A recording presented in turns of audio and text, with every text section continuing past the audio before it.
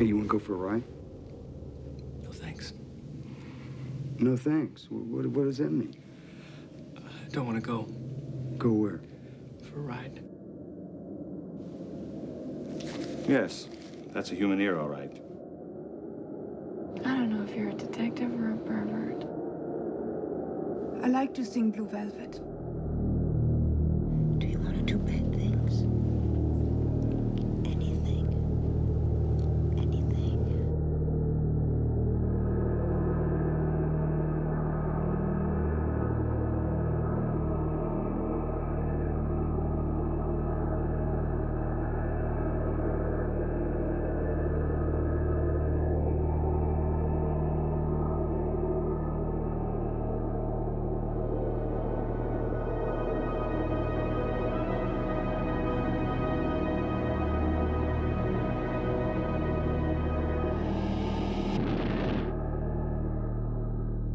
Now it's dark.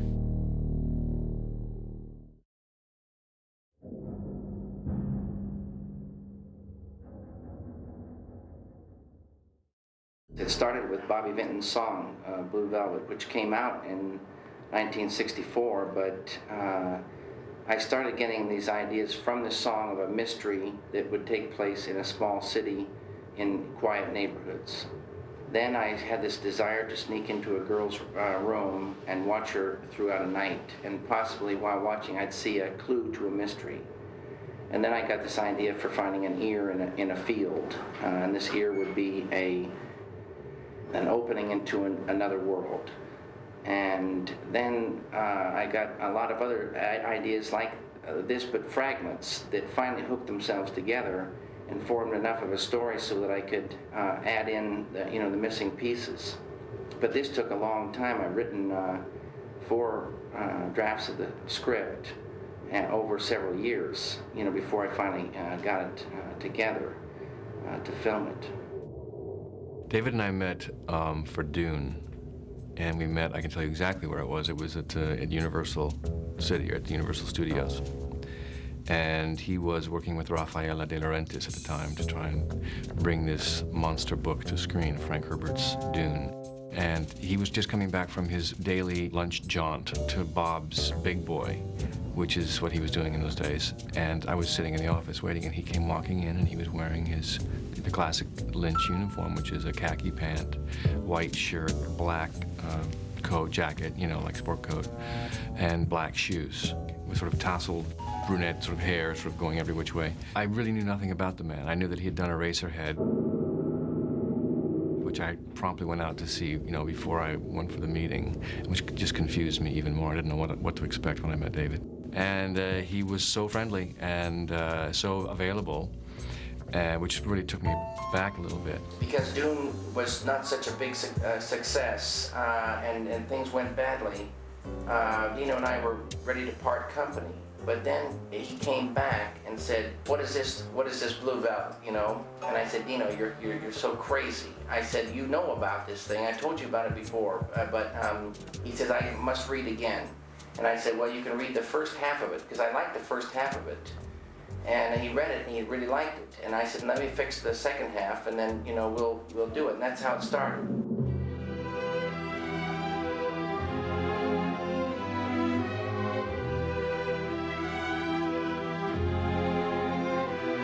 I think he probably had me in mind for Jeffrey the moment that he met me.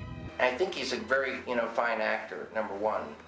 And I like him because, for like Jeffrey, he's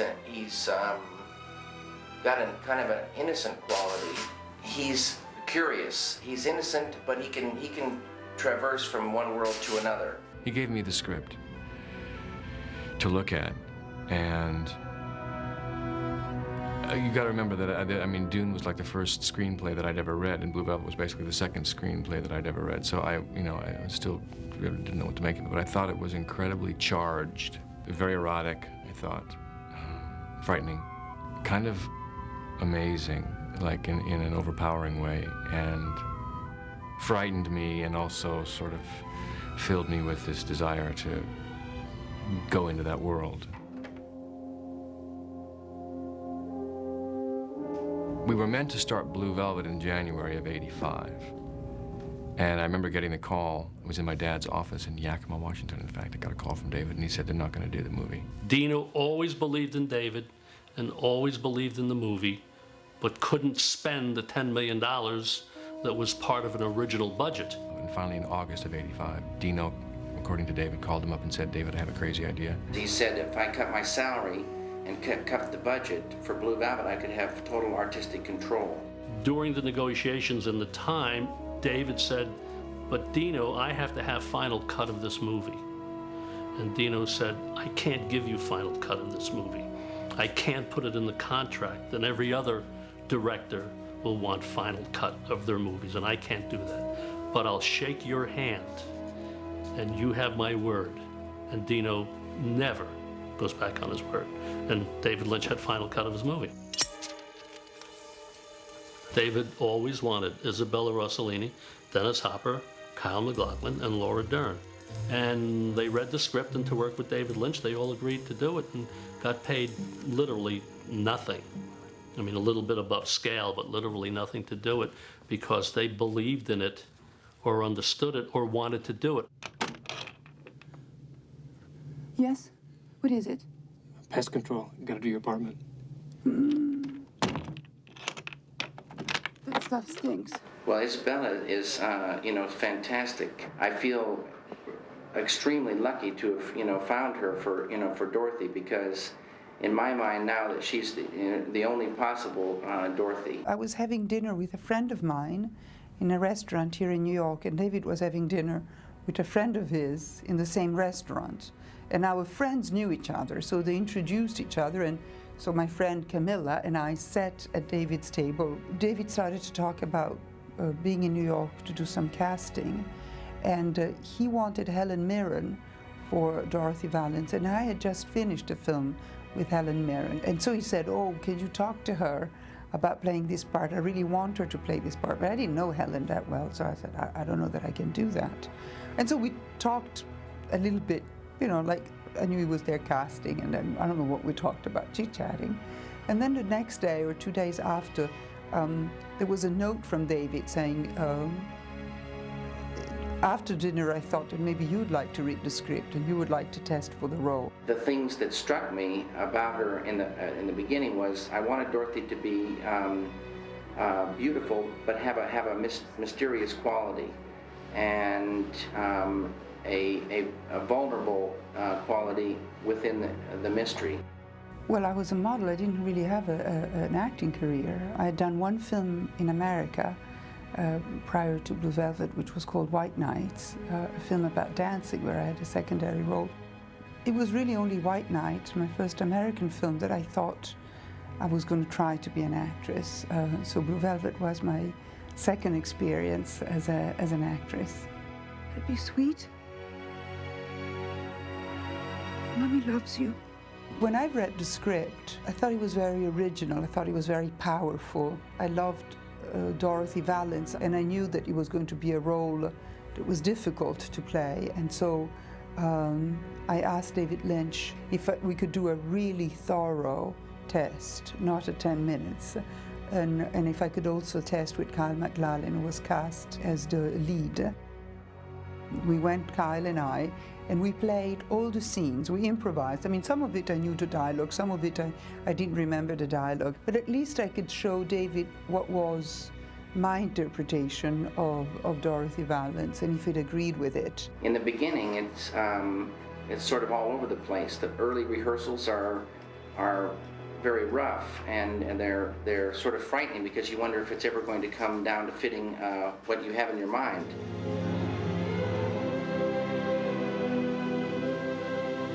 I was 18. I don't know that David had ever seen me in a movie. How did you know? We both remember I was sitting on the floor waiting for him to come in, and he walked out and he was like, "I gotta take a pee," and disappeared. That was the first thing he ever said to me.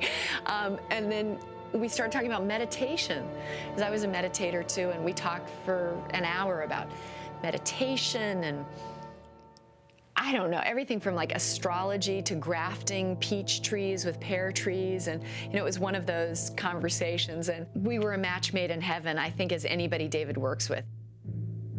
He didn't ask me to read. He said he knew I was perfect, which always directors ask you to read, and he said, I don't believe in reading. You know the person's right or you don't. It has nothing to do with, if they're reading the part, which is kind of wonderful, and amazing. But he said he wanted me to do it, but he wanted to make sure that Kyle MacLachlan was going to play Jeffrey and I kind of could hit it off, and it felt right to him to see us together. So he asked me to meet them at Bob's Big Boy. And the three of us had our Bob's Big Boy meeting. And the rest is history. Let's fuck! I'll fuck anything that moves! Dennis has got a reputation. Dennis used to take a lot of drugs and drink a lot of, alcohol. Well, I just came out of rehab for drugs and alcohol. So I didn't really have a career. It was trying to get started again. So the first 3 films that I made after I got out was Blue Velvet, Hoosiers, and River's Edge, and I made them all back to back.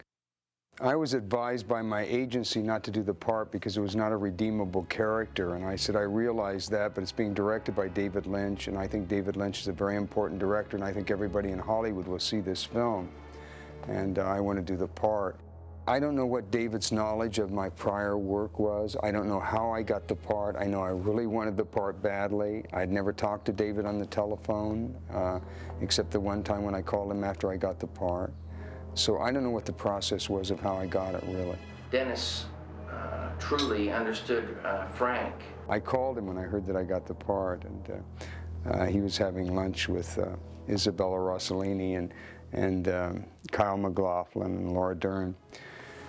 And I told him that I was Frank Booth. And he said, well, that's great, that's terrific, and we'll have a really good shoot, and so on and so on. He went back to the table at lunch, and he said, I just talked to Dennis Hopper, and he told me that he was Frank Booth, and it's great for the picture, but I don't know how we'll ever have lunch with him. Daddy, you shithead, where's my bourbon?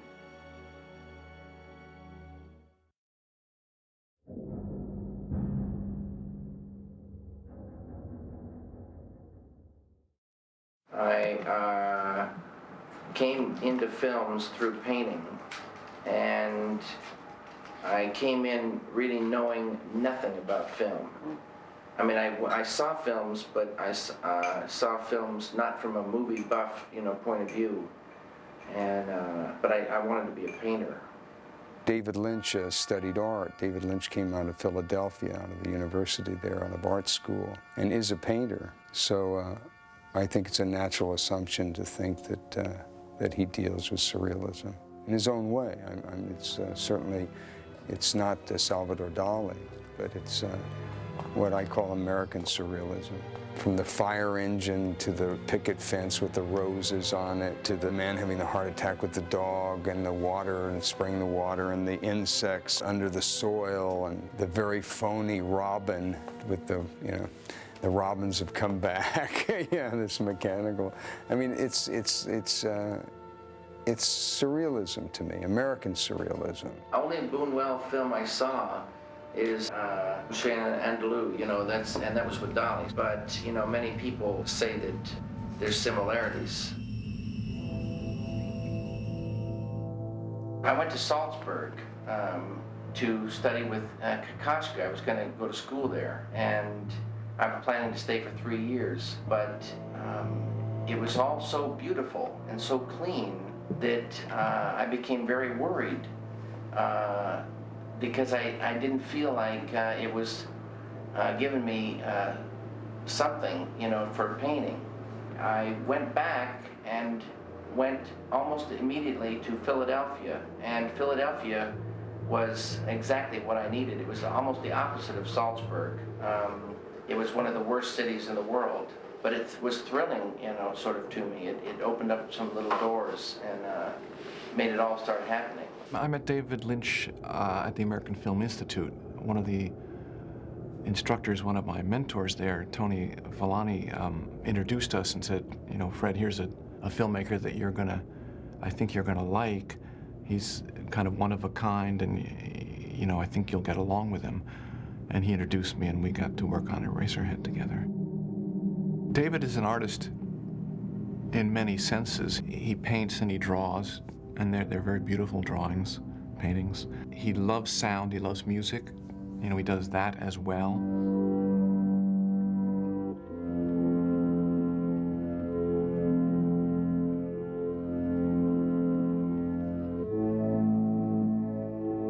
And he makes, you know, these brilliant films.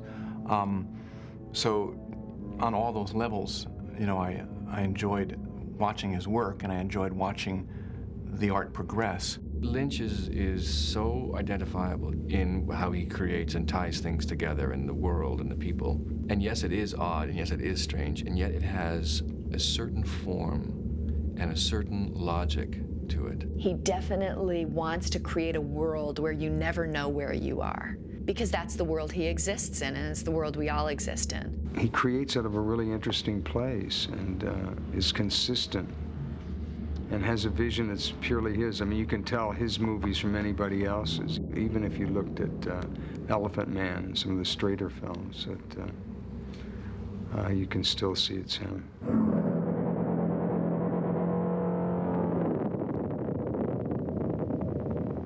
He is, I think, in the true sense of the word, a visionary, and he follows his own vision, and it is unique, and it belongs to him. And I think his painting, as well as his writing and his filmmaking, all come from that same source. And I think it's like an unconscious or a subconscious trust. I mean, that's what David has. He trusts his subconscious and his unconscious. So while everyone else around him is going, I don't know, David's like, he may think I don't know either, but at least he's you know what, this came from me. I'm going to trust that it's right. It's a strange world, isn't it? Yeah.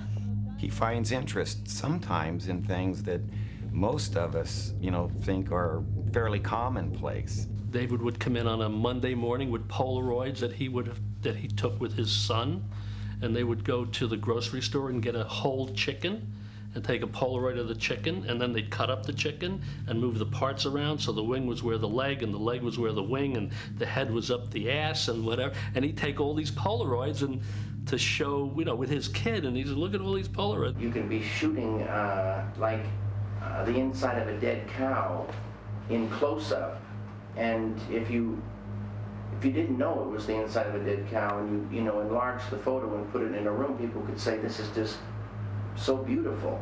David Lynch has this mind that goes into the darkest depths of civilization in his mind, but yet on the outside, as a person, he's a Jimmy Stewart.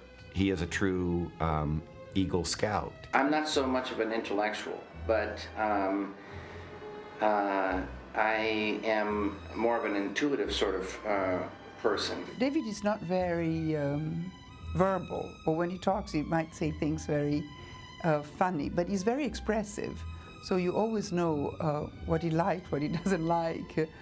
He exudes what he thinks rather than articulate what he thinks. I came into film without having to, really speak or ever articulate certain feelings in words. So I like thinking somewhere beneath the surface. His film is much darker to me than David is in person. David in person seems a much more serene, happy, adjusted person that he is in film. A lot of people think of him as extremely eccentric or dangerous, or sometimes people had asked me, does he take drugs? Does he have hallucinations? And he said David is a very, very sweet, calm, and happy, born happy. I think he's a very happy person. I've never met anybody who's so serene and luminous as he is. I like things that are different. And I like distortions because I see so many distortions either inside of people or on the surface. I see, this kind of confusion and darkness and distortions, and it's sort of, fascinating to me.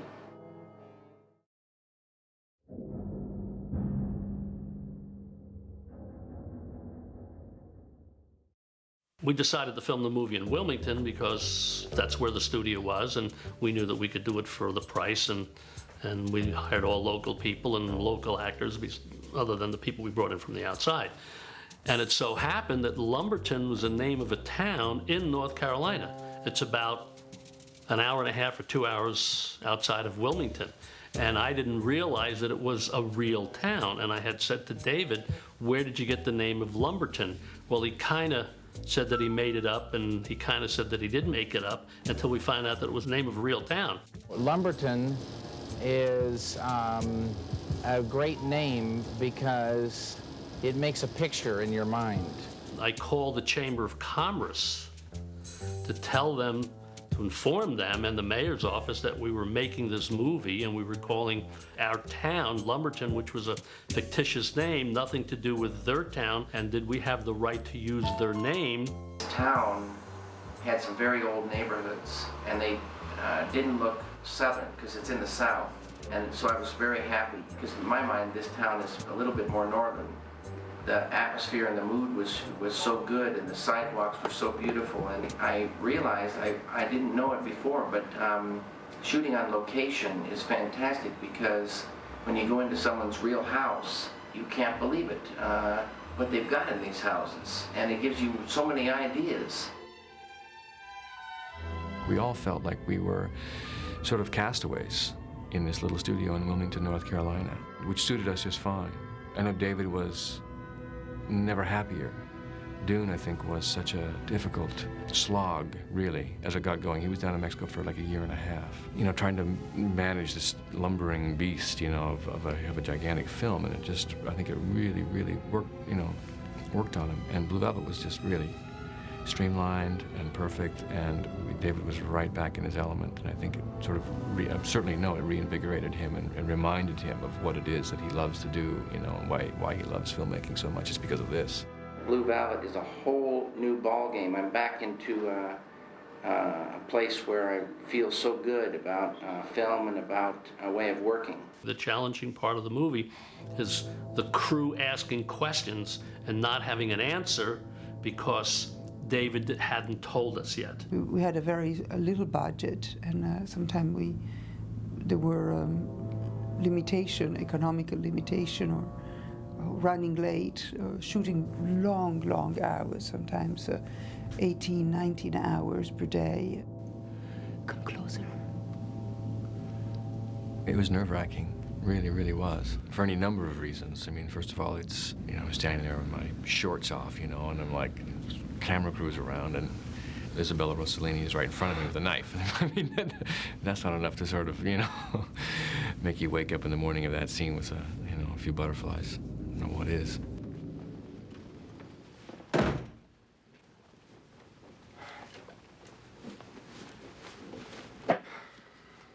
Hello, baby. Shut up!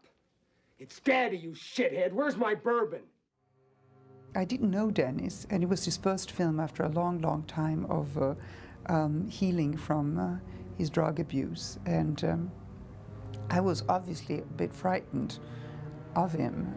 I had asked if I could have breakfast with him because the first scene that I shot with Dennis was the scene of him doing this sort of ritualistic rape. And I remember going to breakfast with him.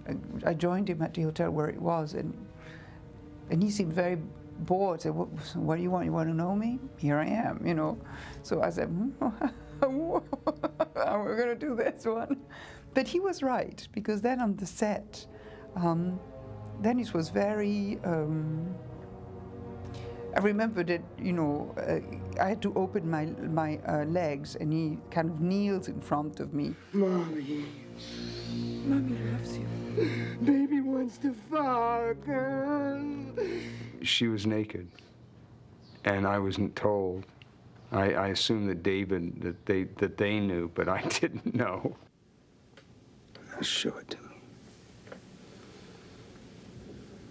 Tried to do the scene with underwear, but we couldn't, because in a certain angles you would see the underwear.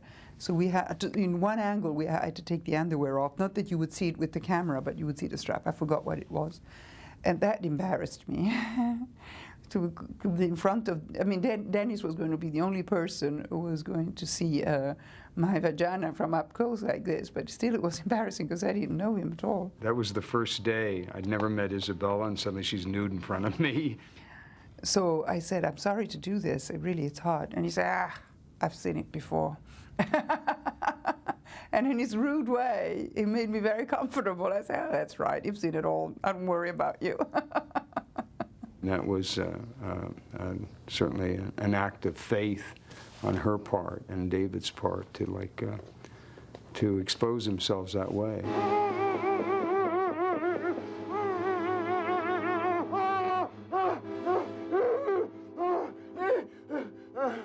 There was a lot of laughing, funny enough. People don't probably realize that, but there was a lot of laughing that would go on, probably as a counterpoint to what you were seeing on film. I remember David laughing so hard at that scene, laughing so hard. I remember stopping the scene once, and I said, David, what is there to laugh? This is a rape. What is there to laugh? And he said, I don't know, it just makes me laugh. And then years later, maybe 15 years after, the film was on television, and I looked at the film and just remember David laughing. It made me laugh, belly laugh like David, because I still don't understand what made him laugh. David was wonderful. He was like a Boy Scout leader. You know, he'd say, peachy keen, solid gold, let's do one more. He would say, now, when you say that word, and I said, well, that word's fuck, David. He says, yes, I know, but when you say that word... Get ready to fuck! You fuckers, fucker! You fucker! Don't you fucking look at me! A great director to me is somebody who steps back and allows the actors to do their thing. And David is very much in that school of understanding that. You fix something when it's not working, you know? And you encourage people to go with what's working. And a lot of that is not an intellectual dialogue and this is your character and you should do this and that. It's not that. It's just trust. He will often direct with a word or a phrase. And it's so amazing because you just immediately know what he's talking about. A lot of times he'd say, you know, give it a little more mystery or give it a little more wind. And I remember for that entrance, you know, he was like, it needs to feel like a wind. Like, you know, you just kind of come in like a wind. And he had the music playing and it was a slightly breezy night. He played Shostakovich over like loudspeakers for us on the street because he felt that we needed to walk to the music and the mood should feel like that piece of music. So I mean, it's so exciting. You know, he's so impassioned and he takes such time and he's so meticulous. With David, I always felt I could be completely free because later on, I can always rediscuss or at that moment say, this disturbs me and maybe this just embarrasses me. You know, just as a human being, I'm too embarrassed to be shown naked like this. Feel me. Sometimes there were some close-ups where I remember David was very, very close to me, very, very close to the camera. And I almost felt he directed me like an orchestra director would direct live a violinist player. We say, bring that up, no, bring it down. Now, you know, though he didn't talk to me, I could sense his presence, where if I would go very languid, he had encouraged me to go in that direction. And then as I was just going too far, I would feel his body tense, and so I would stop a little bit and go sad, and maybe he didn't like me to go sad, so I could also sense his presence. I thought maybe that's the way it works in an orchestra, with the orchestra director not only giving the timing, but also giving the feeling right then and there, so that every concert, even if it is the same piece of music, might be different. And sometimes David directed like that when he could, especially on close-up, because he could come very close to us. Oftentimes we would do a take and he would stop. And he'd sort of walk in from behind the camera and he'd sort of clasp his hands like this and furrow his brow. And I'd be there and I'd be sort of standing there and I'd sort of, you know, mimic him sort of probably unconsciously. And we'd be kind of standing there thinking and thinking. Nothing would be said, just sort of thinking back. And he'd say, okay, let's try it again. And I'd be like, okay, yeah, good. And it was like this sort of eerie, non-spoken, and yet so much communicated, and yet I couldn't even tell you what it was, really. But we go back and we do it again.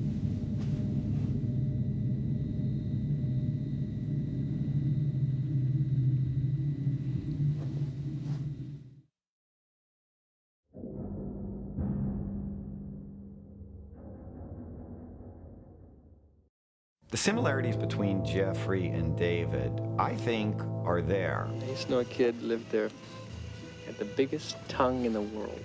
Doesn't Kyle look like David? And doesn't David look like Kyle? Well, I would imagine that Jeffrey was always a little eccentric growing up, and probably a loner, I think.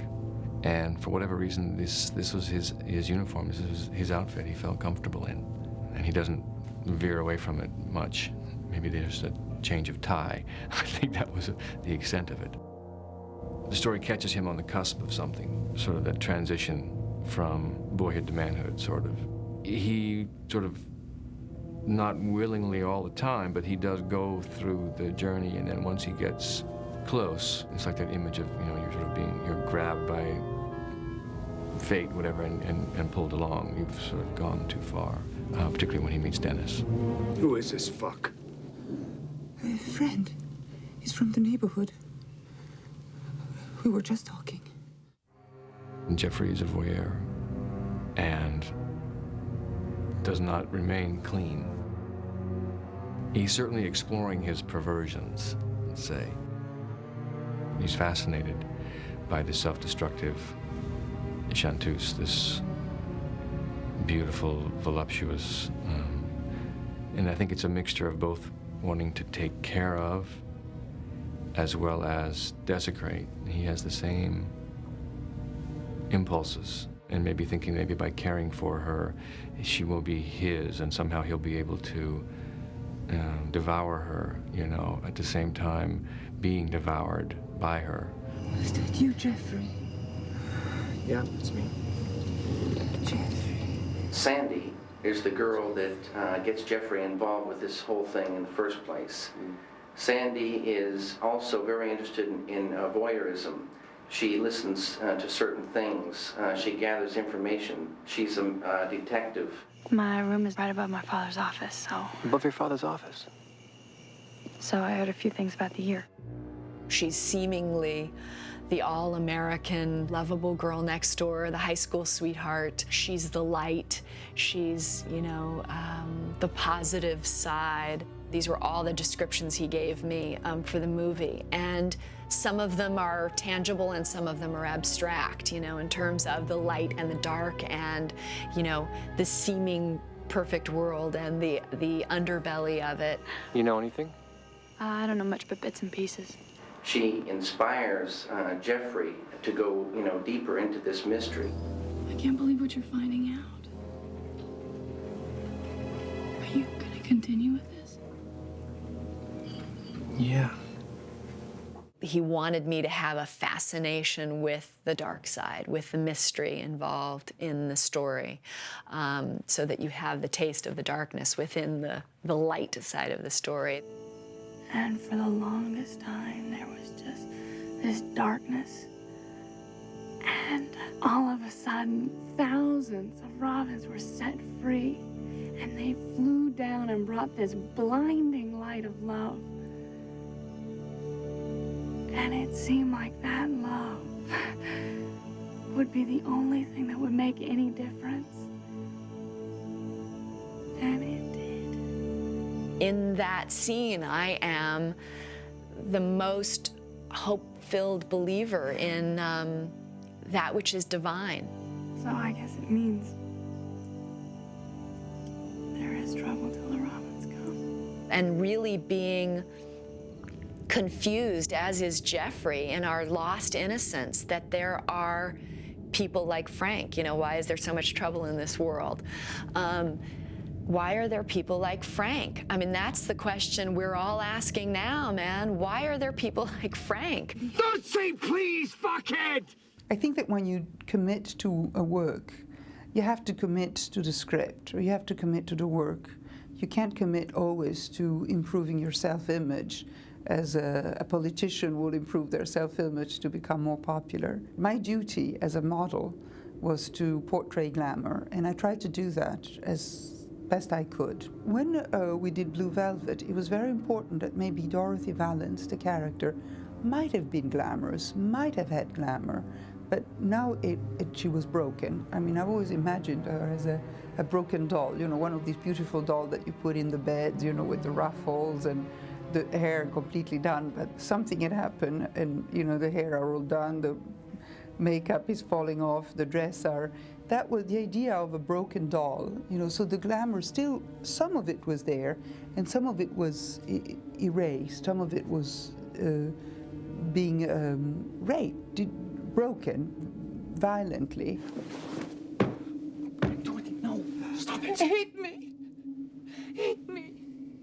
Hit me! And I think that she's a great actress because she somehow understands the human condition, and no matter what kind of strange situations, she's able to find these things and portray them. So, and that's all you need. You've got to find them and make them real, and she can do it. I knew in the case of Blue Velvet that it was important not only to be David's decision, but also to be my decision. And it was not very clear in the script how far he wanted to take this character. Was Dorothy only a sexy sex symbol? I wouldn't have wanted to play it like that. I would have been too embarrassing, basically, for me. But if there was this other shading of this desperation and complete helplessness and madness, and David liked it. He had always imagined her with hair like a country western singer, because she was singing. And we tried the wig, and because the wig looked wiggy, and we were afraid that people thought we didn't do a good wig, we then decided to do a scene where I just take it off. For me, it was perfect because it added to the fact that she was hiding. See, I wanted to hide behind my makeup, behind my clothing, behind my hair.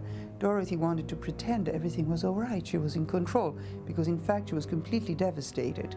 So I made, the makeup the most traditionally.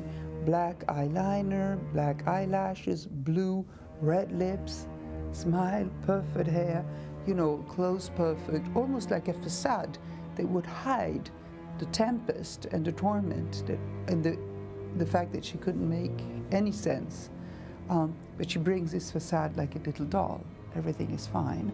So I loved wearing the wig. It was part of the camouflage, her madness.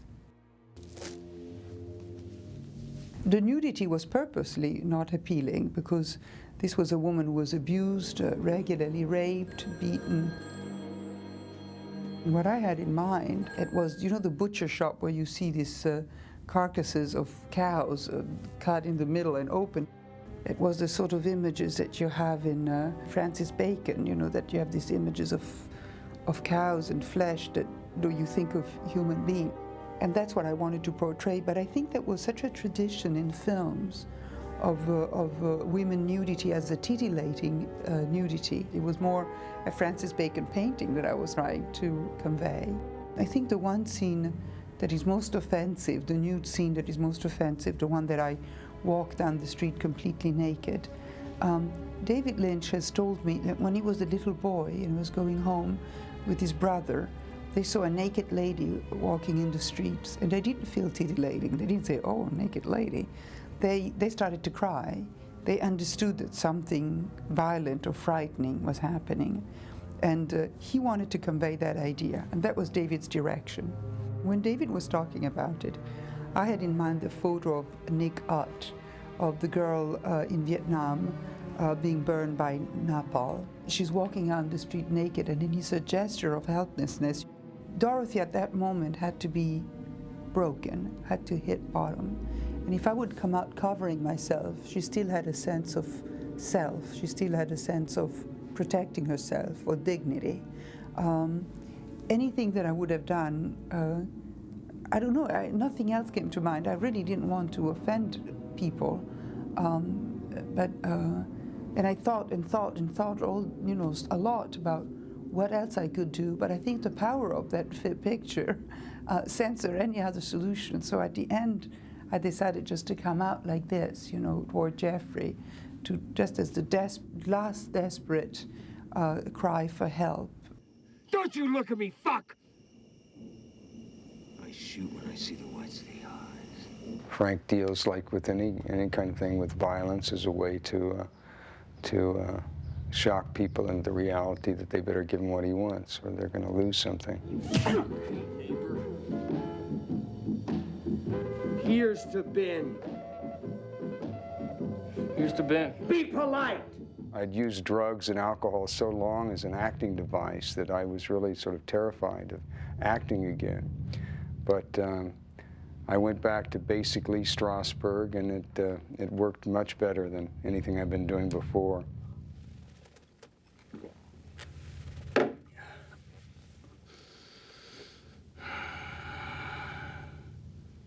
Don't you fucking look at me. There was no improvisation. I don't think there was any dialogue improvisation at all in my performance. There was a lot of physical things, I mean, things I did with my hands. I mean, this came from, like, you know, taking acid and seeing rings around your hands, yeah, and various things that came out of my physical being, and the thing of using amyl nitrate as a sense memory.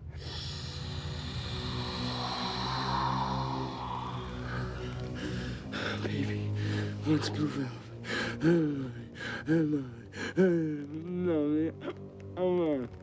David had it as helium. And he had helium on the set. You know, helium doesn't disorient your mind at all. It doesn't get you high. It just makes you sound like Donald Duck. You know, a very high voice. So I tried to use it, and I was listening to my voice, and I just thought it was terrible. And I said, you know, I thought of this as amyl nitrate or nitric oxide. And David said, what's that? And I said, it's something that disorients your mind for a few minutes, and it's used generally sexually and so on, for deviants. Mommy.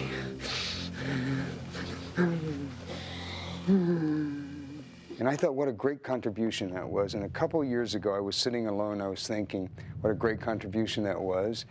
And then I suddenly thought, you know, how weird David Lynch really is. How strange it would have been if you would have just settled down and actually used that mask just to change your voice and not to do anything emotional or disorient your mind or anything. What a strange, sinister character that would have been.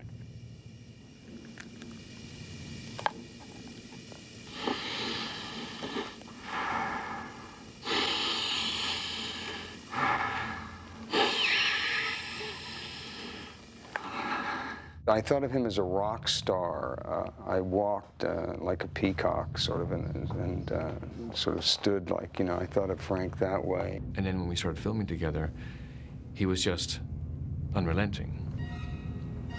I didn't really have to do very much, but just react to what he was doing. You're from the neighborhood. Yeah. Your neighbor.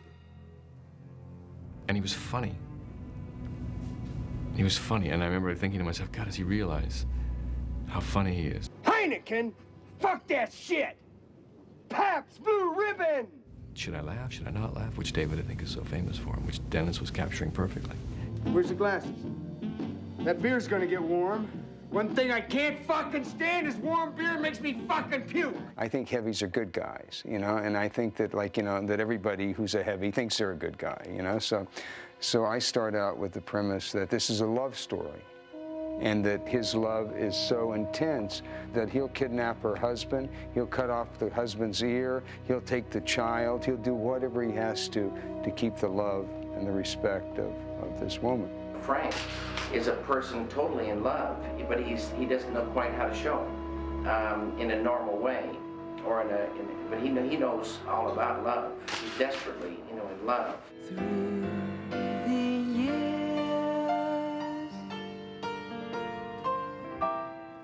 I didn't know what Dennis Hopper was going to do, and I was singing the scene, and then when it was time, the camera was on him, and I sang for him so he could react to me.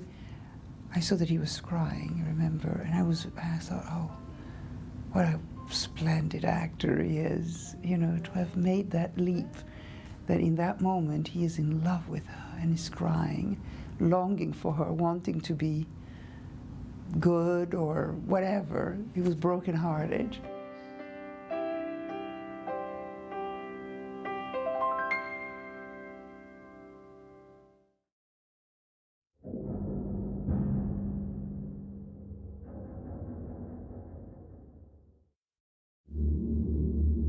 David's a painter. He paints with the camera, he paints with his pen, he paints with his hands. He's very much hands-on. I know the first time I saw David on the set, he was in Dorothy's apartment. And I walked in the door and came around, there's the camera and the camera crew and everybody was there. And I said, well, where's David? And they pointed over in the corner, and there was David on his hands and knees, and he was placing these, what he called dust bunnies, under the wall radiator. Now, chances are the camera would never catch that, but in David's world, that made it more real. He is constantly at work and constantly creating.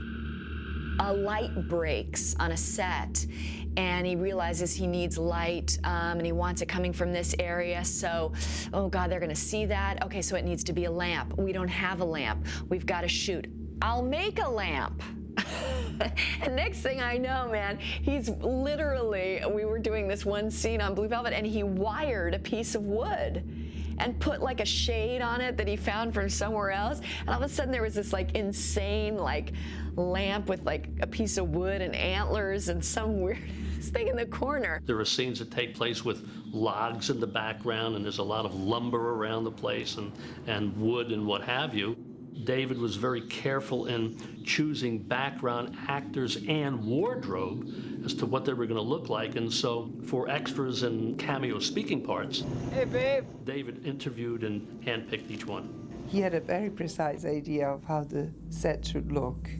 And every person had a house that was very distinctive, definitely as an extension of who we were. And Dorothy had this dark, deep red walls, like a womb or a cave. David, as a painter, has these images in his head, and we were there, Patty Norris and I, we were there to kind of support that and to find the way to get that on film. For instance, the color of Dorothy's apartment was very particular, was very important. We knew we'd be there for a while. We needed that color to be particular, and we didn't want that color to be in other parts of the film. That was that space. So, we chose carefully. Why are you here? It's great to be able to build a set like that because you get to put everything where it belongs. You get to make these areas of the apartment where different things happen. And David was very specific because he had written the story.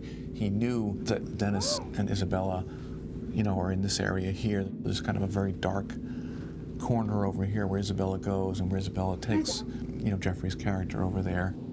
The kitchen is kind of bright, and that's off to the side. There's a bathroom down at the end of the hall. It's there, she's there, but you can't see what she's doing. I mean, the kind of slats that are in the closet door were very specific, and we made tests to see how the light came through and what looked best. Much of the film is dark and mysterious. There's this undertone to the dark part of the world. All the car rides, all those things are pretty shadowy. Oh. Frank's here.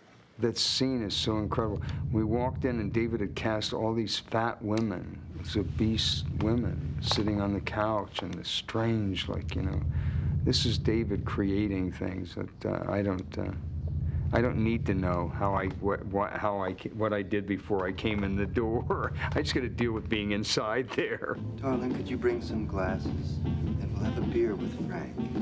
Thank you. I think Dean Stockwell is an amazing actor, and he's wonderful in that scene. And he put a cast on his arm, as if his arm had been broken or whatever. And this is all stuff he just did in the makeup trailer. I don't know whether he'd talked to David about it. I'm not sure, but it worked good. David said, well, there is this song. A candy-colored clown they call the Sandman tiptoes to my room every night. So David, grabbed this work light, and he sort of, was sort of showing me what he would do with the thing as a microphone. I close my eyes, then I drift away. And it just stuck. I mean, we just kept that as an image. It makes the scene just sort of transcend to some new level of strangeness. In dreams I walk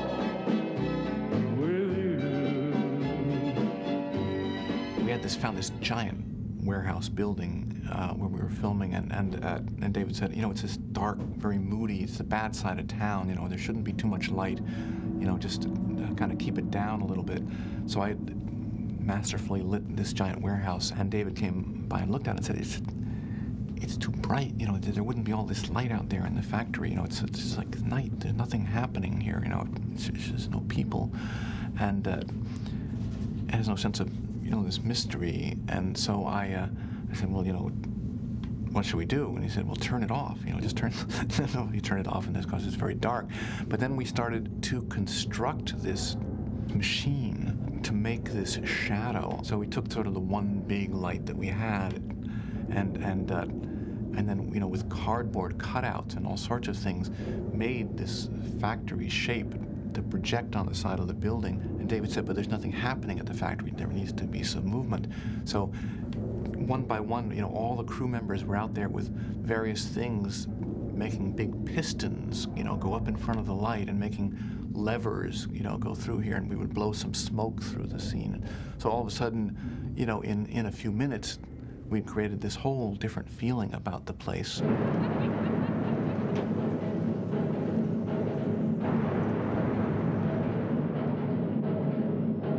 I had never done a film before that was widescreen, and it's great. It's just so beautiful. It's just the most beautiful shape to compose in. It gives you so many options because you can use it all. You can sort of lop off part of it and just use the little bit at the end. You can, you know, make it very narrow and just use a little sliver in the middle.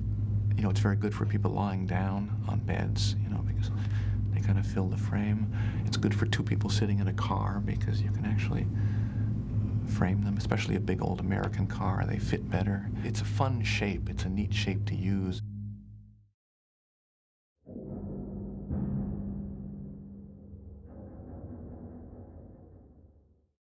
You know, the idea for Blue Velvet, though, came about from Bobby Vinton's song. She wore blue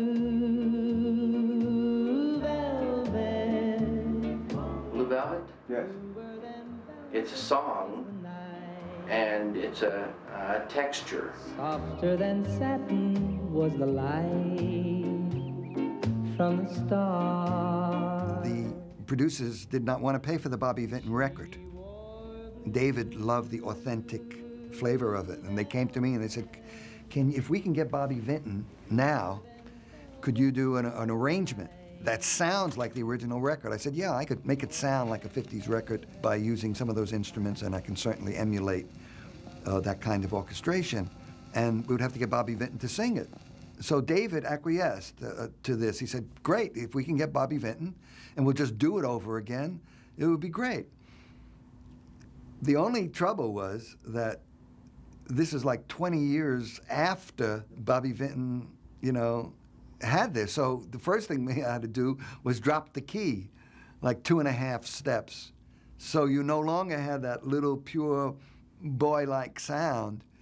And though the track was very authentic in the sound, and David loved the track, when we went into the studio and worked with Bobby, we both kind of looked at each other and said, you know, even though he did a nice job, this is not really going to be the authentic thing.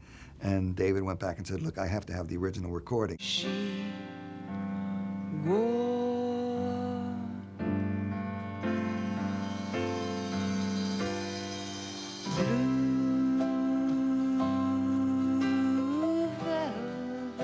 When it was time to pre-record Isabella singing Blue Velvet, and we had the rights to the song, she couldn't do it. She's not a singer. She tried very hard.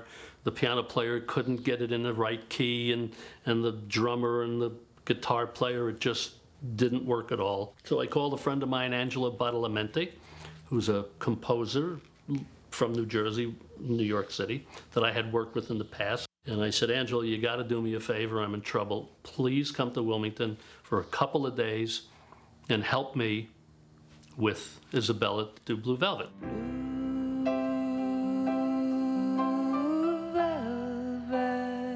Isabella and I just sat alone and we worked on the song Blue Velvet, and we worked for maybe 3 hours or so, and we got a really very, very nice interpretation of her singing the song Blue Velvet, with just me playing piano and Isabella singing. It didn't matter that Dorothy had a beautiful voice. It was more a dramatic interpretation that counted, and actually maybe the fact that she had a poor voice was added to the fact that she wasn't much of a singer, that she didn't have a career that might have liberated her from that. She wore blue velvet. The tone of the song was Somewhere Over the Rainbow with Judy Garland, that sort of longing, and that was the tone that I adopted. And my name was Dorothy, so I thought maybe it also had to do with, there was a sign, there was the right way to go. Isabella, came in at David's behest to work with me and do the final track for the song Blue Velvet. And the night before, she had done that scene where it was raining on her, and I think she had that nude scene. She comes out of the bushes, and she was up till 3, 4 in the morning, and it was rain all over. And she comes into the studio where I'm now prepared to do her vocal. I had the track already, which I did. And she says, "Angelo, I can't sing.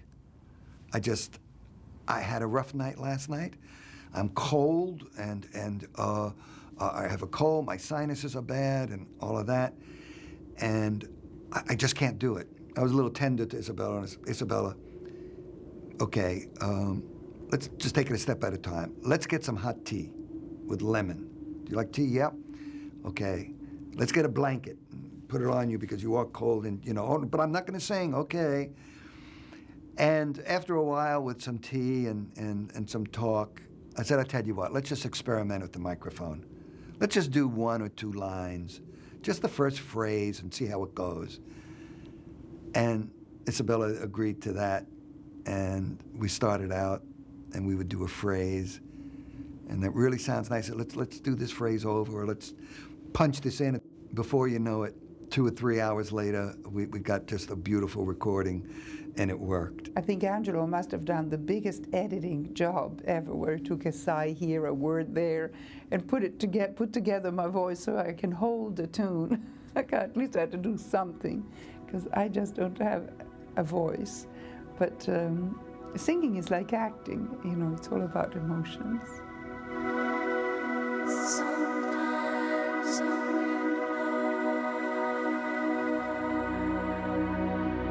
Fred Caruso once said, "Angelo, David wants to use this Song of the Siren, in his film. He loves it. It's his favorite record and vocal of all time. But Dino said, this is going to cost so much money. Can't you write something like that?" And I said, well, first of all, I'm not a lyricist, so I would need a lyric.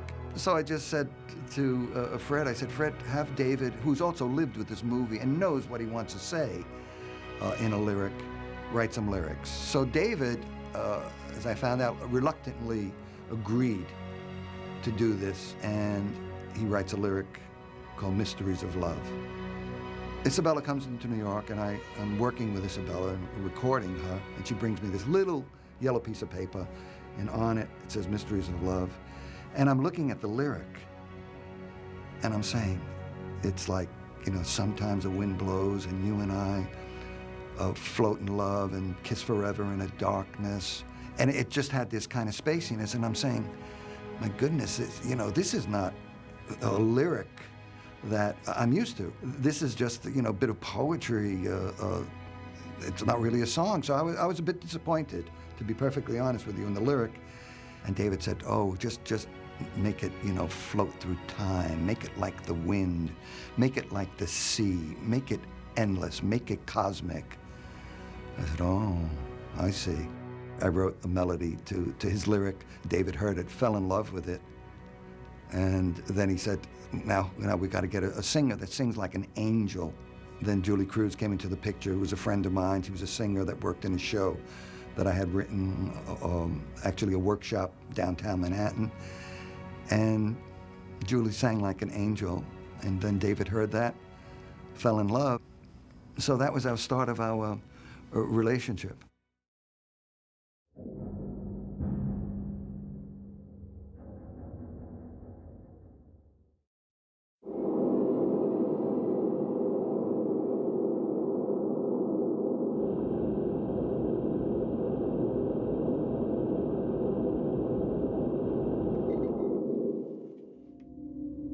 Alan Splett was the sound designer on Blue Velvet, and he definitely is or was a sound designer. He designed sound that made that world come alive. He gave a signature to that sound, and it had a meaning.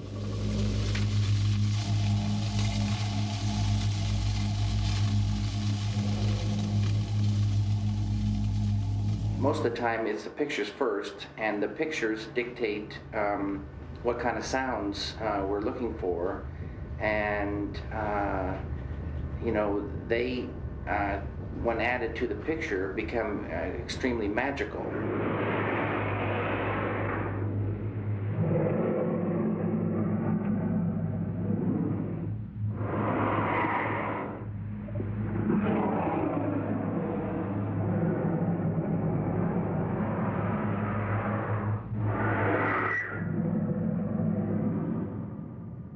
It's fun working with industrial environments, though, because you can you have a lot of leeway in what you can do with the sounds. You know, Alan Splett and David go way back, way before I met them. They had done little films together, and Alan was certainly involved with the conception of Eraserhead. He was a genius in finding, creating sounds, and he would do anything to get the sound. I mean, he was out there. He was recording bits and pieces every day. He created this whole undercurrent to the film, and if you listen to it carefully, you hear it change gears.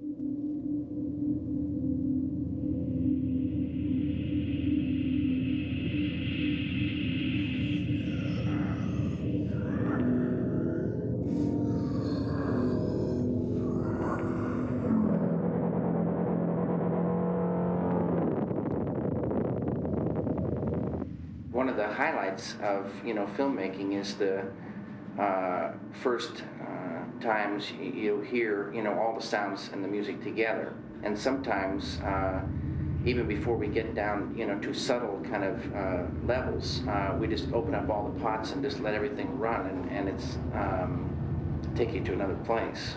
It's fantastic.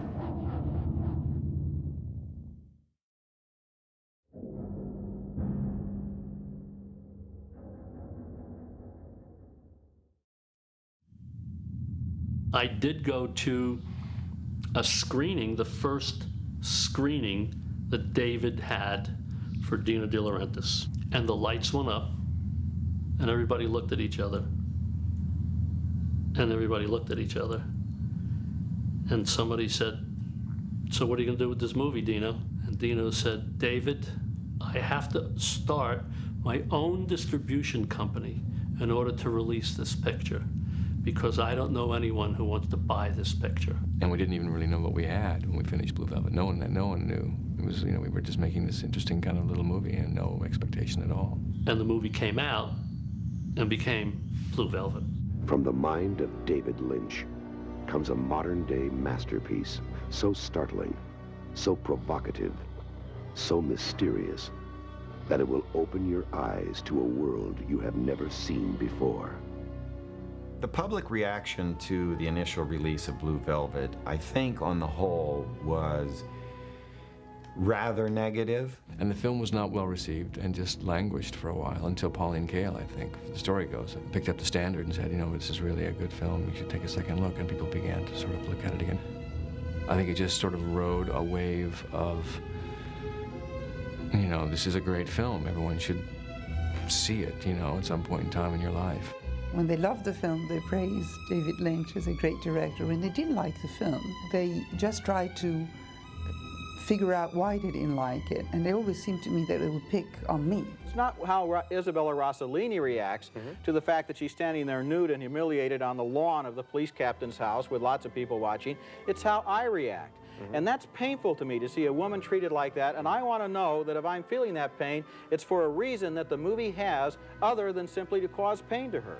I really thought it was my fault because I really thought David was, had proven himself as a director in other films, and so maybe he should have had Helen Mirren, who was his first choice for the role, and there wouldn't have been any doubts. But I came with a baggage from my family or from my modeling career, and maybe also inexperience, because it was my second American film and my third film in my career, and so that maybe there was a lack of experience that, and I couldn't convey clearly this idea. So for a long time I suffered because I attribute it to my lack of my inability as an actress, and also I thought I damaged David, and I was really sorry for that, because I really thought he was a great artist, you know, and if he could just have his actress, he didn't have to deal with my background and my images and my ghosts, and his film would have been more appreciated. This did for me what Psycho did as a lot younger, which is eyes open and, oh my God, we're really getting in over our heads. And that's an experience which is challenging, shocking, but mesmerizing, and I like the picture. Reviewers then kept talking about it and writing about it, and you had to go see the movie again, and you had to see the movie again. You know, you either love it and think it's the most brilliant thing around, or you have the opposite reaction and you hate it, but there are honest feelings associated with that make you think that way. And I think that Blue Velvet was something that it took a while for it to find its audience. Whether they liked the movie or were disturbed by the movie or couldn't sit with it, they appreciated that someone was daring to truly be a filmmaker. I had won 2 Golden Globe nominations out of 5. I had one for Hoosiers and one for Blue Velvet, and the national critics had given me for both. But I thought if I was going to win a nomination, Academy Award nomination, it'd be for Blue Velvet, not for Hoosiers. But it shows the makeup of the Academy.